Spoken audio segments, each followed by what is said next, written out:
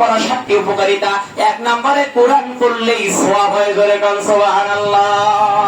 কোরআন পড়লেই সওয়াব, কোরআনকে ধরলেই সওয়াব, কোরআনকে মানলেই সওয়াব, কোরআনকে চুমু খেলেও সওয়াব, সুবহানাল্লাহ। ঠিক না বেঠিক? পড়ার আল্লাহ পাক বলেন, হে বান্দা, এখন কোরআন পড়লে সব, ধরলে সব, মানলে সব। এখন কোরআনটাকে কিভাবে বলতে হবে রব্বুল আলামিন সে কথাও জানিয়ে দিলেন। ইকরা বিইসমি রাব্বিকাল্লাযী খলাক। আমার ভাইরা, ইকরা বিইসমি রাব্বিকাল্লাযী খলাক, পড়ো তোমার প্রভুর নামে যিনি তোমাকে সৃষ্টি করেছে। এখন এই কোরআনকে কিভাবে পড়তে হবে? কোরআনকে হাঁকাও পড়বেন, মন গড়া পড়বেন, না কোরআন শরীফ পড়ার নিয়ম আছে?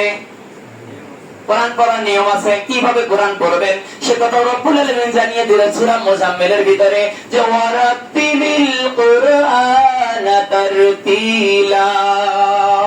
বলেন না সুবহানাল্লাহ। তাহলে ওয়ারাতিলিল কুরআনা তারতিলা, কোরআনকে সহি করে, মাত করে, দিকে দিকে, থেমে থেমে, ইকফা করে তোমরা ধীরে ধীরে স্পষ্ট করে যদি কোরআন পড়ো, আমি রব্বে কারীম জানিয়ে দিলাম প্রতিটা অক্ষরের বিনিময়ে তোমার আমলনামায় 10টি করে নেক দিয়ে দেব। সুবহানাল্লাহ। একটা অক্ষর বলে কয় নেকি হয়? 10 নেকি হয়। 10 নেকি আবার হয় না। 10 নেকি কি আল্লাহ তাআলা বলেন, হে বান্দা, যদি তোমরা একটি হরফ পড়তে যাও, তাহলে তোমরা একটি হরফ পড়তে গেলে তোমরা অক্ষর উচ্চারণ করবে 3টা। কয়টা? যেমন আলিফ লাম মিম। আলিফ আল্লাহ, লামতে জিবরাইল, মিমতে মুহাম্মদুর রাসূলুল্লাহ। আল্লাহ জিবরাইলের মারফতে বিশ্ব নবীর উপরে কোরআন নাযিল করেছে। সুবহানাল্লাহ। তাহলে আলিফ লাম মিম আপনি বানান করতে যান, আলিফ লাম, তারপরে হয় ফা, 3টে মিলি হয় আলিফ লাম। লাম বানান করতে গেল লাম ইয়া লাম, মিম বানান করতে গেল মিম ইয়া মিম, 3টা। তাই একটা আলিফ পড়তে যদি 3টা হরফ বসে, তাহলে হবে একটাতে 30 নেকি। লাম পড়তে গেলে 3টা, এই হলো 30 নেকি। মিম পড়তে গেলে 3টা, তাহলে 30 নেকি। তাহলে বলেন 3 30 কয় নেকি? 3 30 90 নেকি পেলাম আমরা একটা আলিফের ভিতরে। ধরে কোন সুবহানাল্লাহ। তাহলে আলিফ যদি হয় 90, লামত যদি হয় 90, মিমত যদি হয় 90, তাহলে যোগ দিয়ে দেখো তো কত সওয়াব হয়ে যায় 3টা হরফের মধ্যে। তাহলে 1 নম্বরে বুঝলাম কোরআন পড়লে সওয়াব হয়। পয়েন্ট মনে রাখেন, কোরআন পড়লে সওয়াব হয়। 2 নম্বরে আসেন, যারা কোরআন পড়ে এবং যারা পড়ায় তাদের চাইতে পৃথিবীর জমিনে আর একটিও ভালো মানুষ নাই। ধরে কোন সুবহানাল্লাহ। কোরআন যারা পড়ে তারপরে কিছু পড়ায়, ছাত্র কথা আগে বলছে, শিক্ষক আছে, ছাত্রের দাম বেশি। এখানে রাসূলের ভাষায় কোরআন যারা পড়ে তারপরে যারা পড়ায়, এই 2 শ্রেণীর মানুষের চাইতে পৃথিবীর জমিনে, আসমানের নিচে, জমিনের উপরে আর ভালো মানুষ একটিও নাই। খায়রুকুম মান তাআল্লামাল কুরআনা ওয়া আল্লামাহু, তোমাদের মধ্যে ওই ব্যক্তিটাই উত্তম যে নিজে আগে কোরআন শেখে তারপরে মানুষের কাছে সেটা পৌঁছিয়ে দেয়। জোরে কোন সুবহানাল্লাহ। তাহলে বলেন, যারা কোরআন পড়ে এবং পড়ে তাদের চাইতে ভালো মানুষ এই পৃথিবীর জমিনে আর নাই। এবারে আসেন, যারা কোরআন শরীফ পড়বে, 3 নাম্বার, যারা কোরআন শরীফ যারা পড়বে কিয়ামতের দিন সুপারিশ করে আল্লাহর জান্নাত হয়ে যাবে। জোরে কোন সুবহানাল্লাহ। এই পৃথিবীর জমিনে আল্লাহ পাক এই কোরআনকে এই কারণেই নাযিল করলেন, আপনারা যাই কিছু করতেছেন কোরআন শরীফ দেখতেছে এবং শুনতেছে। জোরে কোন সুবহানাল্লাহ। এই কোরআন শরীফ পৃথিবীতে আল্লাহ মর্দা নাযিল করেন নাই, আল্লাহ জিন্দা নাযিল করেছে। এই কোরআন শরীফ মানুষ মারা গেলে আমরা মাশাআল্লাহ কোরআন শরীফ পড়ি, ঠিক না বেঠিক? মানুষ মারা গেলে আমরা চতুর্পাশে ঘিরে ধরে কোরআন শরীফ পড়ি। যদি আপনার ঈমান বাড়ে এটা জানতে চান, তাহলে আপনি যখন বুঝবেন যে কোরআন পড়ার পরে, নামাজ পড়ার পরে আমার হাত দিয়ে মানুষের ক্ষতি হয় না, তাহলে বুঝবেন তোমার ঈমান বাড়তেছে। আর কোরআন পড়ার পর, নামাজ পড়ার পরে যদি দেখেন আপনার দ্বারা মানুষের ক্ষতি হয়, তাহলে বুঝবেন যা ঈমান আছে ওটাও পানির সাথে চলে গেছে। কোরআন শরীফ পড়লে ঈমান বাড়ে।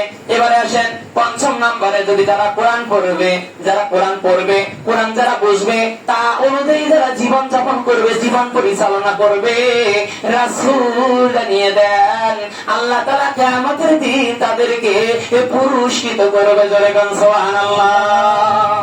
যারা কোরআন পড়বে, কোরআন অনুযায়ী জীবন করবে, তা বুঝবে, কিয়ামত কিয়ামতের দিন আল্লাহ তাকে পুরস্কৃত করবে, সম্মানিত করবে। কি দিয়ে সম্মানিত করবে সে কথা আল্লাহ জানিয়ে দিয়েছেন, কানাত লাহুম জান্নাতুল ফিরদাউসি নুজুলা, যে তারা কোরআন পড়বে, কোরআন অনুযায়ী জীবন করবে, তা দিয়ে নিজেরাই চলবে, আমল করবে, আমি আল্লাহ জানিয়ে দিলাম তাদের জন্য রইয়াছে কানাত লাহুম, কানা তাদের জন্য ছিল বা থাকবে, লাহুম জান্নাতুল ফিরদাউসিল নুজুলা, তাদের জন্য আছে জান্নাতুল ফিরদাউস। বলে কোন সুবহানাল্লাহ। জান্নাতুল ফিরদাউসটা কি? তাহলে কানাত লাহুম জান্নাতুল ফিরদাউসিল নুজুলা, তোমাকে আল্লাহ জান্নাতুল ফিরদাউসটা দিবে। এই জান্নাতটা কেমন হবে বন্ধু, ভালো করে শুনে যান, করবে, মানবে, জীবন করবে, তাদের জন্য পুরস্কার কি হবে? জান্নাতুল ফিরদাউস। জান্নাতুল ফিরদাউসটা আবার কি? এর ভিতরে আছে কি? রাসূল যখন মিরাজের মধ্যে গেলেন, জান্নাত দেখা হলো, জাহান্নাম দেখা হলো, হাউজে কাউসার দেখা হলো। রাসূল বলেন, সাহাবীরা রে, আমি যখন জাহান্নামের দরজার মধ্যে গেলাম, আমি উকি মেরে দেখলাম জাহান্নামের মধ্যে সব চাইতে নারীগুলো বেশি। আমি যখন জিবরাইল আমিন আমাকে যখন জান্নাতের দিকে যখন নিয়ে গেল, আমি জান্নাতের দরজার কাছে গেলাম, যাওয়ার পরে দেখি জান্নাতের দরজা দিয়ে আমি উকি মেরে দেখি জান্নাতের দরজার মধ্যে আমার গরীব উম্মত গুলো বেশি। ধরে কান সুবহানাল্লাহ। আমার ভাইরা, জাহান্নামের মধ্যে নারী বেশি আর জান্নাতের মধ্যে রাসূলের গরীব উম্মত বেশি।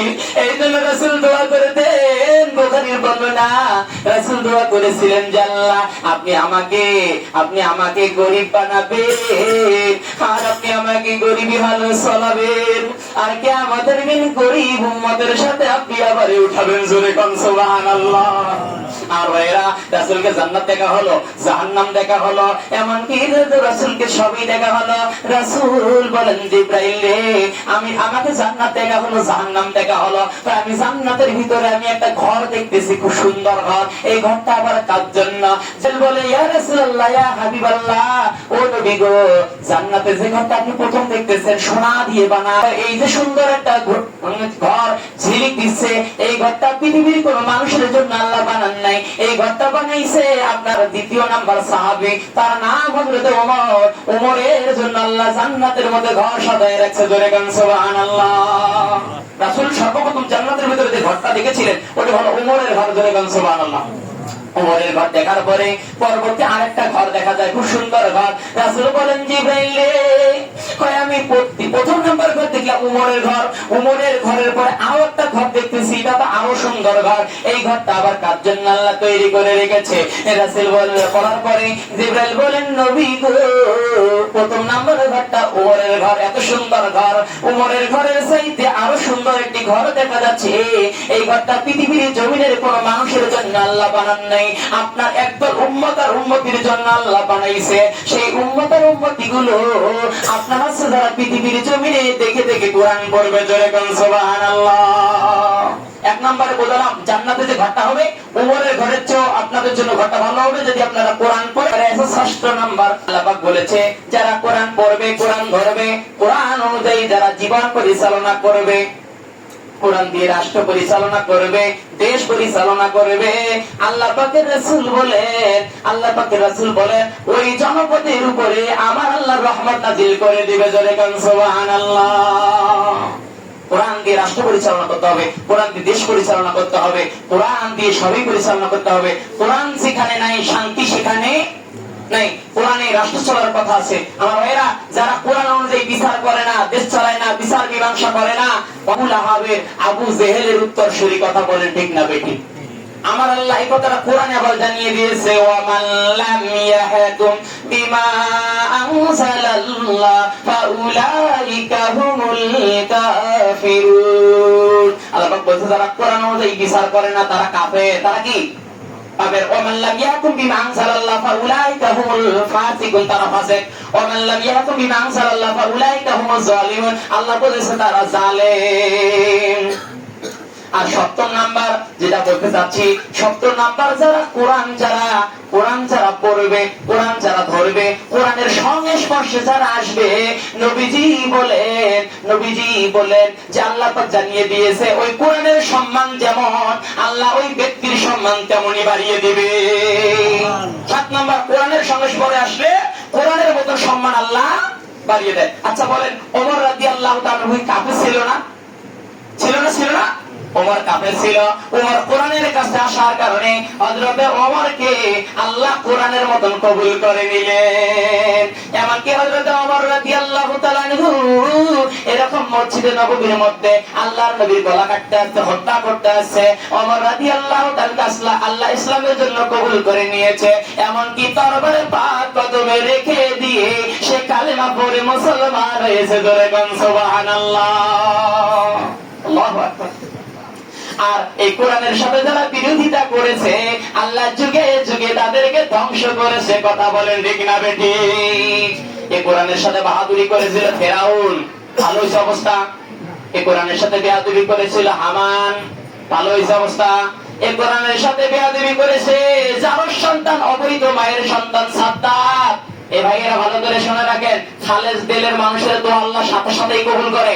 সোনা কারিয়ানার পরে মহিলা বলছে, আল্লাহ যে অবৈধ মায়ের সন্তান সাদ্দাত আমার কানের সোনা ছেড়ে নিয়ে জান্নাত বানালো, আল্লাহ আমার সোনা নিল, তাতে আমি বেজার নই, কিন্তু আল্লাহ অবৈধ মায়ের সন্তান সাদ্দাতের মনের আশা পূরণ করো না। জান্নাত বানাইছে, জান্নাতে ঢুকবে, এমত অবস্থায় মালাকুল মউত আজরাইল দরজা থেকে ধরে